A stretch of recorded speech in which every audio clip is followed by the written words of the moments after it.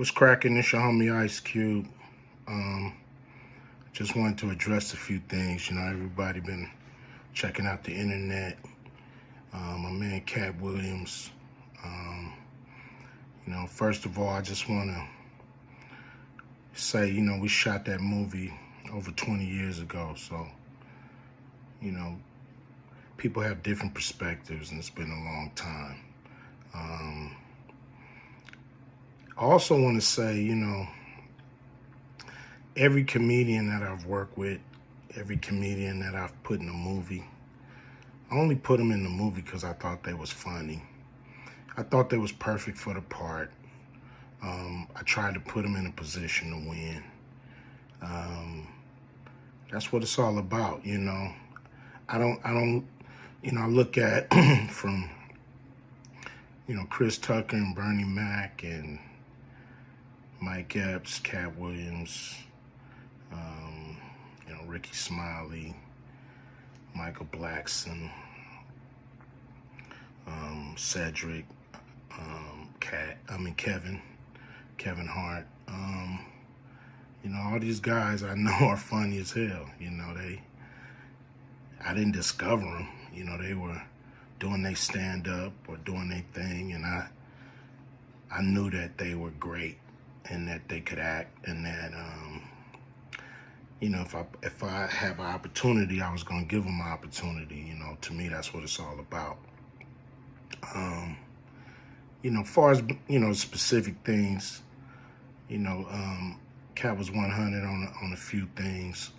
Most of what he was saying, a couple of things, I just want to clarify. When we bring in a new, comedian, we do have them try out for different roles. So Ricky did give Money Mike a shot. But when we saw him and, we kind of saw how he moved and how he was, auditioning, we decided that he would be a better, Santa Claus, which was, to me, the perfect casting. When we saw Mike, damn, I call him Money Mike. When we saw Katt, when I saw him, I just knew that he was perfect for Money Mike. And, Katt, said he wrote his role, which, the role was written, but he enhanced it. This is why Katt was so dope in the movie. Money Mike had a small role, about as big as the Santa Claus role, but when we start filming, he was giving us such magic that we kept expanding his role and giving him more to do because he was on point. When we shoot these movies,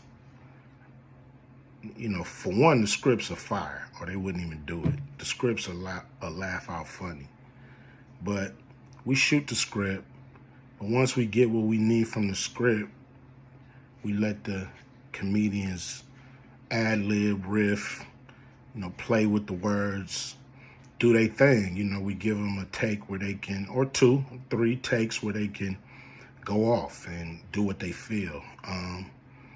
Sometimes it makes the movie, sometimes it don't. When somebody gives you jewels, you want to try to make sure that makes the movie.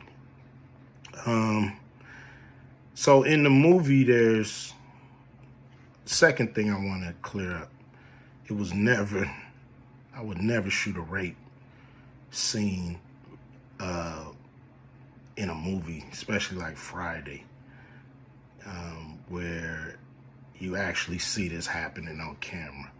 That ain't my style. If you check out any of my movies, they're not raunchy. We did a movie called Players Club where the subject matter was a little raunchy, but for the most part, even that, we left it to your imagination. So the only reason that kind of stuff is in the movie is because you have 3 villains in Friday After Next. You have Santa Claus stealing presents You have Damon, just got out of prison, sweating. Craig and Day for the rent money.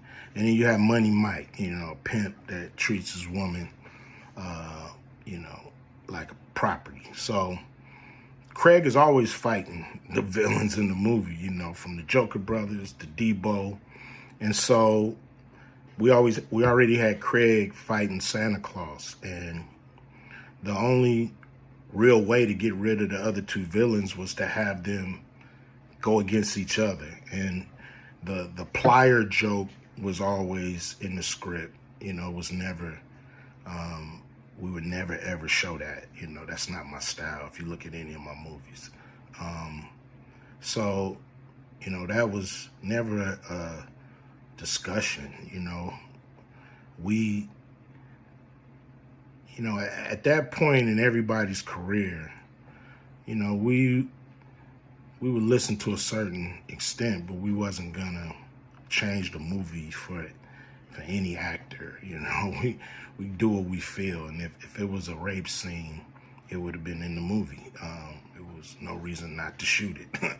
But that's not my style. I don't even like that kind of shit in movies, on camera. And so, you know, that was, to me, a little discrepancy there. You know, Katt, he wrote a lot of his part because, you know, like I said, he was giving us jewels, so we were keeping the camera rolling. He was coming off the dome. He was coming prepared every day to steal the show. You know, that was his mission. And, you know, that's what he did, you know, with the movie. And it launched his career, you know. And I'm proud of the movie. I'm proud of all the guys who've, you know, come through, you know, a Q Vision production and went on to do bigger and better things. And look, you know, a lot of people are talking about pay and how much they was paid on these movies that were extremely low budget. You know, most of these guys work a couple of days, you know. And when you're doing a movie, there's over 100 people working on the movie that need to get paid. Most of them got to get paid every day. And there's pre-production and post-production. Even after you finish with the actors, you got to pay editors and sound people. And my movies are all about quality. So most of the money go up on the screen. I'm not giving you no bullshit. I'm not giving you no low budget, you know, shit you can laugh at because it's so cheap. So, you know, we try to put all the money on the screen. And so any actor that's mad at what they got paid, you know, just look at what you was doing. Look at where your career was at the time. You know, take a look at where it is now. And Friday has something to do with that, I believe. And I put a lot of people in movies, but they ain't never put me in a movie. So you could take that for what it's worth. You know what I'm saying? I've given a lot of these guys opportunities. And I still act, so I'm waiting for a call. I ain't got to produce everything or write everything. I got love for all the comedians that I've worked with. Got, you know, much love for Katt. You know, he spoke up for me a lot. And I just wanted to be clear and clarify some things. And shit, man. I hope y'all have a good 2024. Yeah, yeah.